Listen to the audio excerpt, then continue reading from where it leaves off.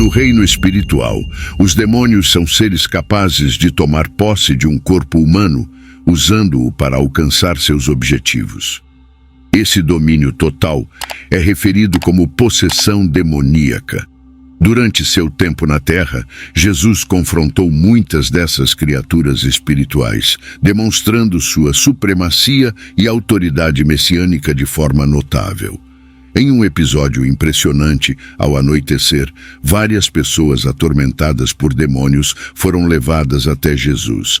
Ele, com apenas uma palavra, expeliu esses espíritos do mal e curou todos os doentes presentes, reafirmando assim seu poder divino. E chegada a tarde, trouxeram-lhe muitos endemoninhados. E ele, com a sua palavra, expulsou deles os espíritos e curou todos os que estavam enfermos.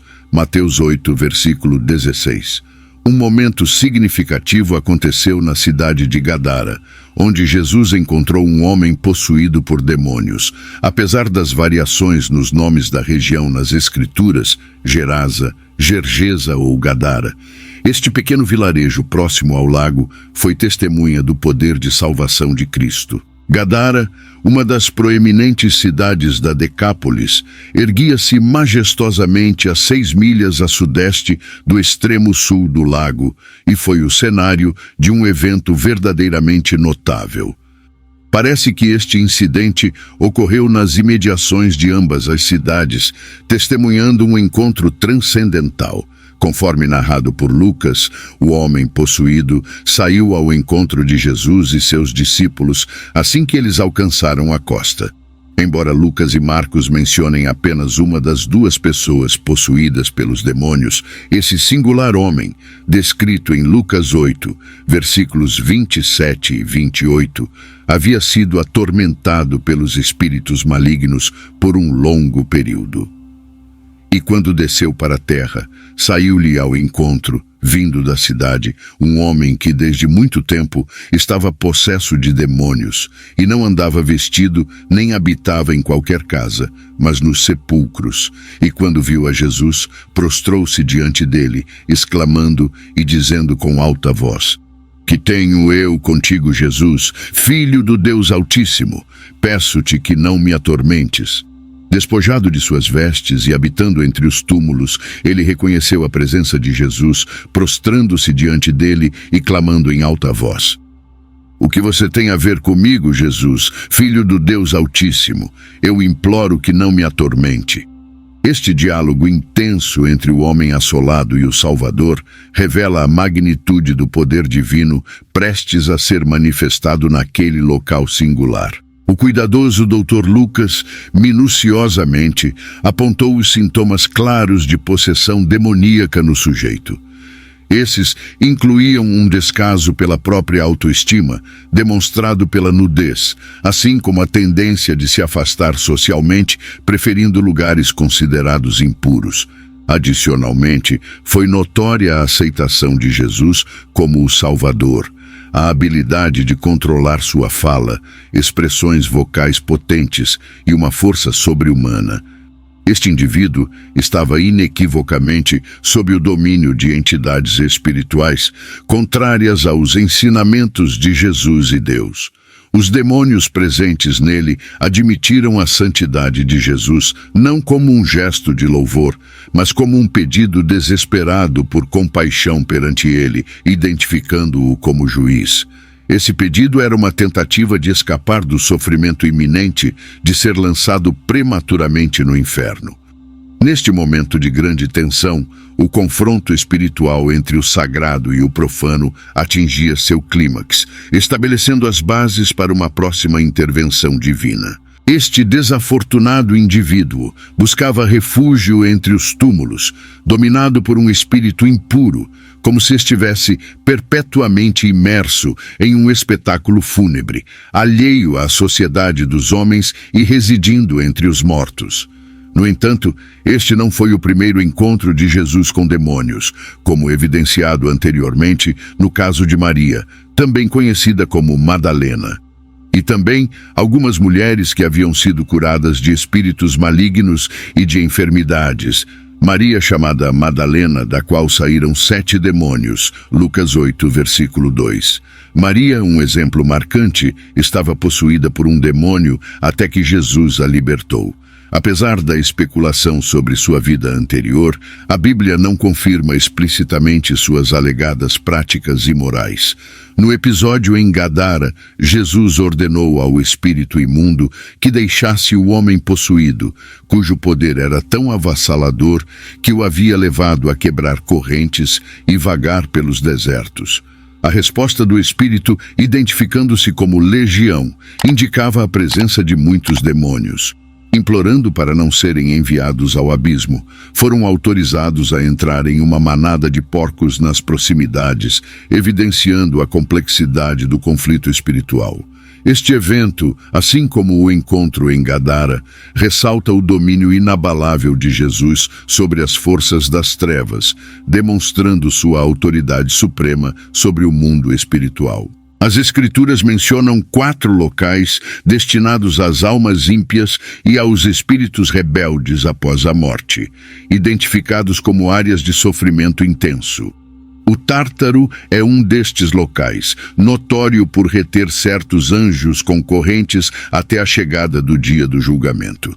A presença do Tártaro no Novo Testamento é escassa, sendo mencionado explicitamente apenas uma vez em sua forma original grega, em 2 Pedro 2, versículo 4.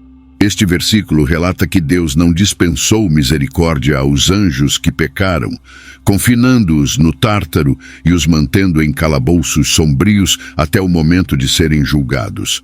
Porque se Deus não perdoou aos anjos que pecaram, mas havendo-os lançado no inferno, os entregou às cadeias da escuridão, ficando reservados para o juízo.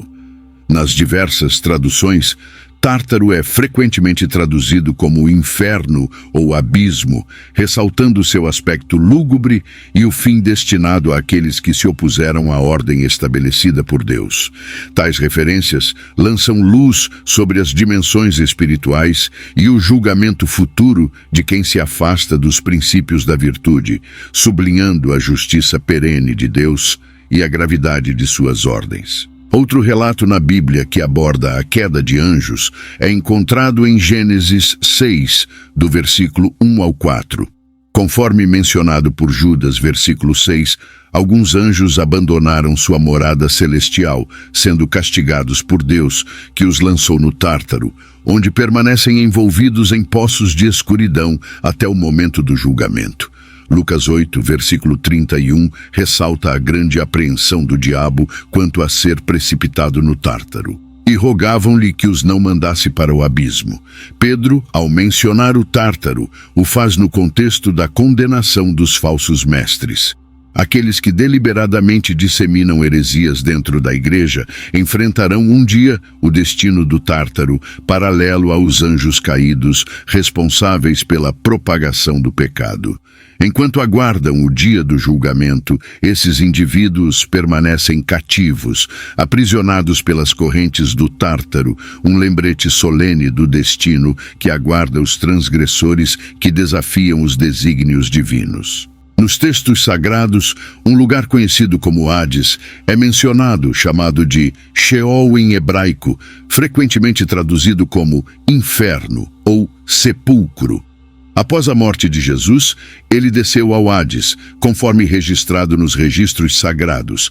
Pedro afirma que, enquanto estava lá, ele pregou às almas retidas. A carta de Paulo aos Efésios relata que, ao ascender ao céu, Cristo libertou esses cativos, cumprindo assim a profecia de Isaías 61, que prometia a libertação dos prisioneiros e a abertura das portas da prisão aos cativos. A palavra traduzida como profundo é o termo grego abismo, que em outras partes do Novo Testamento é frequentemente traduzida como abismo sem fundo. Este episódio revela a compaixão redentora de Cristo, que não apenas desceu ao Hades para pregar, mas também libertou aqueles que estavam cativos, inaugurando um novo caminho de esperança e liberdade espiritual para aqueles que o seguem. É crucial notar que esses seres espirituais suplicam a Jesus, implorando que não os envie para o abismo naquele momento.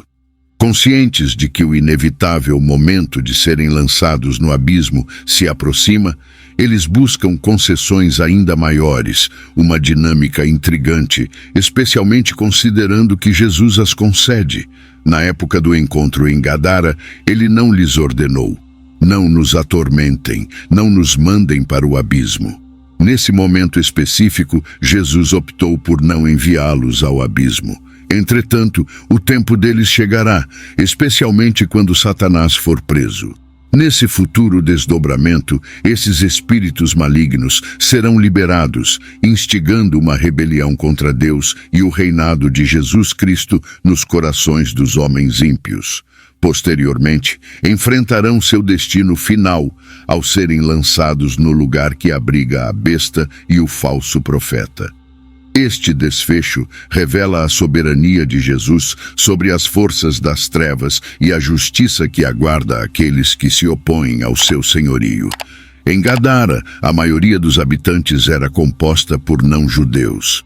Ao confrontar os demônios que atormentavam o homem, Jesus deu instruções para que deixassem o corpo, concedendo alívio à vítima de sua angústia. Determinado a revelar a extensão do poder maligno que possuía o homem, Jesus pediu-lhe que revelasse seu nome. Os demônios, relutantemente, expressaram sua preferência por habitar em corpos de seres vivos, pois sabiam que seriam julgados e punidos. Diante da iminente expulsão do corpo humano, eles solicitaram ser autorizados a entrar em animais, incluindo os porcos. Jesus, em sua compaixão, atendeu ao pedido, mas por fim, os demônios foram responsáveis por suas ações, resultando na perda das vidas dos porcos, que se precipitaram descontroladamente em direção ao lago íngreme e se afogaram. O incidente proporcionou uma confirmação dramática e visual do poder de Jesus sobre os demônios, evidenciando sua autoridade para libertar os oprimidos do domínio das trevas. E tendo saído os demônios do homem, entraram nos porcos, e a manada precipitou-se de um despenhadeiro no lago e afogou-se. Lucas 8, versículo 33. Este evento marcante não só demonstrou a intervenção divina, mas também destacou a responsabilidade espiritual que recai sobre aqueles que escolhem seguir caminhos contrários à vontade de Deus. Jesus atribuía um valor incomparavelmente maior à vida de um único ser humano do que à vida de 2.000 porcos. No entanto, a população local estava mais preocupada com seus campos e, temerosa do que poderia acontecer, instou Jesus a deixar a área imediatamente. E saíram a ver o que tinha acontecido e vieram ter com Jesus. Acharam, então, o homem de quem haviam saído os demônios, vestido e em seu juízo, assentado aos pés de Jesus, e temeram. E os que tinham visto contaram-lhes também como fora salvo aquele endemoninhado. E toda a multidão da terra dos gadarenos ao redor lhe rogou que se retirasse deles, porque estavam possuídos de grande temor. E entrando ele no barco, voltou. Lucas 8, versículos de 35 a 37. Ao testemunhar a transformação do homem previamente possuído, que agora estava sentado aos pés de Jesus, vestido e em perfeito juízo, as pessoas ficaram temerosas. No entanto, em vez de celebrar a libertação do homem, a multidão da região de Gadara e seus arredores implorou para que Jesus partisse, dominada pelo grande medo. Este episódio revela uma triste realidade, onde as pessoas demonstravam mais preocupação pelo bem-estar dos porcos do que pela libertação e saúde do homem anteriormente possuído. A preferência pela posse material sobre o valor da vida humana ressalta a necessidade de uma perspectiva mais compassiva e centrada nas prioridades espirituais. Apesar de suplicarem a Jesus para que os deixasse em paz, o homem previamente dominado por demônios e agora libertado teve um pedido diferente. Ele implorou a Jesus para permitir-lhe ficar com ele. Entretanto, Jesus instruiu-o a voltar para sua própria casa, evidenciando assim a notável transformação que Deus tinha realizado em sua vida. Enquanto cumpria suas responsabilidades, ele divulgava por toda a cidade as maravilhas realizadas por Jesus em sua vida. Quando Jesus retornou a Cafarnaum, do outro lado do lago, foi recebido com grande alegria pelo povo que o aguardava ansiosamente.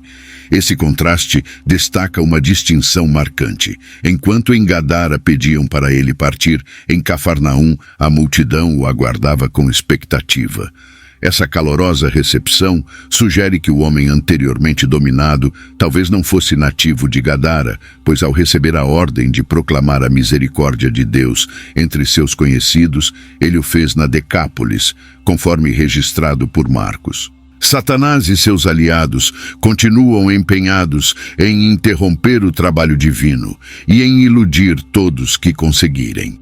E não é maravilha, porque o próprio Satanás se transfigura em anjo de luz. Não é muito, pois, que os seus ministros se transfigurem em ministros da justiça, o fim dos quais será conforme as suas obras. 2 Coríntios 11, versículos 14 e 15. As Escrituras nos alertam que Satanás, que se mascara de anjo de luz, é mestre na arte da decepção, e seus adeptos também se apresentam como defensores da justiça. Contudo, o resultado final de tais atos será julgado por Deus.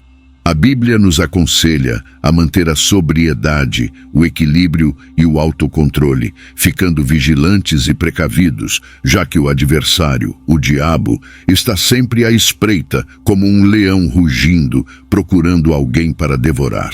Sede sóbrios, vigiai, porque o diabo, vosso adversário, anda em derredor bramando como leão, buscando a quem possa tragar. 1 Pedro 5, versículo 8. Os textos sagrados caracterizam demônios como entidades diabólicas, frequentemente referidas como entidades impuras. No Apocalipse, é narrada a derrota de Satanás, descrito como um imenso dragão e a serpente primordial, responsável por enganar e iludir a população mundial. Ele é derrotado e lançado à terra, junto com seus seguidores angelicais. E foi precipitado o grande dragão, a antiga serpente, chamada o Diabo e Satanás, que engana todo o mundo. Ele foi precipitado na terra, e os seus anjos foram lançados com ele. Apocalipse 12, versículo 9. Esses trechos ressaltam a necessidade de mantermos a vigilância contra as tramóias do mal, procurando a direção espiritual para enfrentar as estratégias sedutoras de Satanás e seus emissários. Satanás e seus demônios são conhecidos por perseguir os cristãos e provocar confrontos com os anjos celestiais. Considerando os relatos de Jesus expulsando demônios anteriormente neste evangelho, levanta-se a pergunta do motivo de Lucas relatar um exorcismo adicional neste ponto específico. Tal episódio tem peculiaridades que justificam sua inclusão e ênfase. Inicialmente, destaca-se este exorcismo por ocorrer pela primeira vez em território não judeu, localizado em Gerash, a leste do Rio Jordão, o que ilustra a expansão do ministério de Jesus, estendendo sua influência para além dos limites convencionais. Em seguida, este evento de exorcismo se distingue por tratar de múltiplas possessões, marcando um episódio mais grave em comparação com situações anteriores semelhantes. Além disso, esta narrativa captura uma gama mais ampla de reações aos milagres de Jesus, desde a solicitação dos habitantes locais para que ele se retirasse até a conversão do possuído em um divulgador das ações do Senhor. Este milagre faz parte de uma sequência de 4, cada um simbolizando uma área diferente de atuação, que inclui a natureza, entidades demoníacas, enfermidades e a morte. Por fim, este milagre se diferencia por envolver não somente seres humanos, mas também animais. Os porcos, cujo sacrifício ressalta o nível de devastação plena, que é típico da influência demoníaca. Embora os demônios sejam entidades não visíveis, a manifestação de sua presença nos porcos sublinha a ameaça que eles constituem. Esta história fornece uma perspectiva mais profunda e impactante sobre o âmbito e a eficácia do ministério de Jesus, evidenciando seu domínio sobre as entidades malignas que põem em risco a humanidade. A narração detalhada sobre o indivíduo atormentado por espíritos demoníacos enfatiza a capacidade destrutiva destas forças do mal. Este homem, afastado da convivência social, habita solitariamente entre os sepulcros, desprovido de roupas. A história conta como ele foi diversas vezes contido, seja por cordas ou correntes, conseguindo sempre rompê-las, permanecendo indomável. No cenário do Império Romano, uma legião era equivalente a um grande grupo de soldados. Ao confrontar essa hoste espiritual, Jesus engaja-se em um confronto de grande magnitude, tanto em termos de número quanto de força. O episódio em que Jesus executa um milagre provoca uma variedade de respostas. Os espíritos malignos, ainda que admitam a autoridade de Jesus, procuram semear desordem entre os indivíduos. Sabendo que sua derrota é inevitável, eles tentam causar a maior quantidade de estragos possíveis antes de sua expulsão.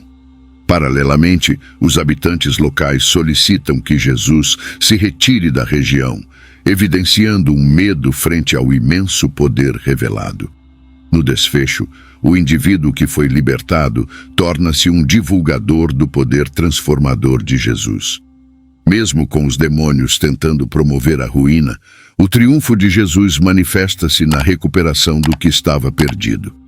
Este trecho não somente mostra a luta entre forças divinas e malignas, mas também destaca a capacidade de Jesus de promover cura e liberdade, apesar da oposição de entidades hostis. O indivíduo restaurado ressalta o quão vulnerável uma pessoa pode se tornar na ausência de Jesus, particularmente quando está presa por entidades mais fortes do que si. A mudança radical na sua vida demonstra claramente o contraste vivenciado por alguém que é resgatado dessa dominação. Este ato miraculoso vai além da mera expulsão de demônios. Possui um significado mais profundo relacionado à redenção de uma alma aprisionada. É essencial tratar a existência do mal e de entidades demoníacas com seriedade absoluta. Aparentemente, Jesus optou por realizar esse milagre para mostrar, de forma tanto chocante quanto explícita, que o mal pode levar à morte. Este acontecimento atua como um alerta severo sobre como o pecado na humanidade necessitava do sacrifício de Jesus, oferecendo sua própria vida como redenção. A recuperação do homem endemoninhado transcende um mero gesto de autoridade sobre o mal. É uma expressão clara do amor salvador de Jesus, que rompe as amarras do pecado e da morte para conceder uma vida plena e eterna. Em nossa sociedade, frequentemente abordamos o tema das entidades espirituais de maneira superficial, ao invés de tratar o assunto com a seriedade merecida. Muitos, nos tempos modernos, enfrentam dificuldades ao se deparar com textos sobre demônios, visto que esses materiais nos desafiam a considerar aspectos além do físico, invisíveis e inaudíveis. Contudo, é complicado ignorar a presença de um elemento maléfico em nosso meio ao observarmos o terror e a destruição presentes em nossa cultura, além das horríveis maneiras com as quais podemos agir uns contra os outros. Nossas tentativas de combater o mal muitas vezes parecem com os esforços de pessoas tentando conter uma entidade demoníaca, evidenciando a importância do poder salvador de Jesus. A libertação de um indivíduo destaca um ponto crucial e um convite à reflexão. Nem todos são destinados a atuar em ministérios que requerem viagens para propagar o Evangelho de Jesus, isto é, nem todos são convocados para servir em missões distantes de seu lar. Em certas ocasiões, Jesus quer que aqueles que foram beneficiados por sua graça falem dele para as pessoas em seu entorno. O indivíduo que foi curado e transformado não precisou angariar recursos para encontrar seu lugar de missão. Ele apenas necessitou compartilhar sua experiência, o que fez de forma impressionante.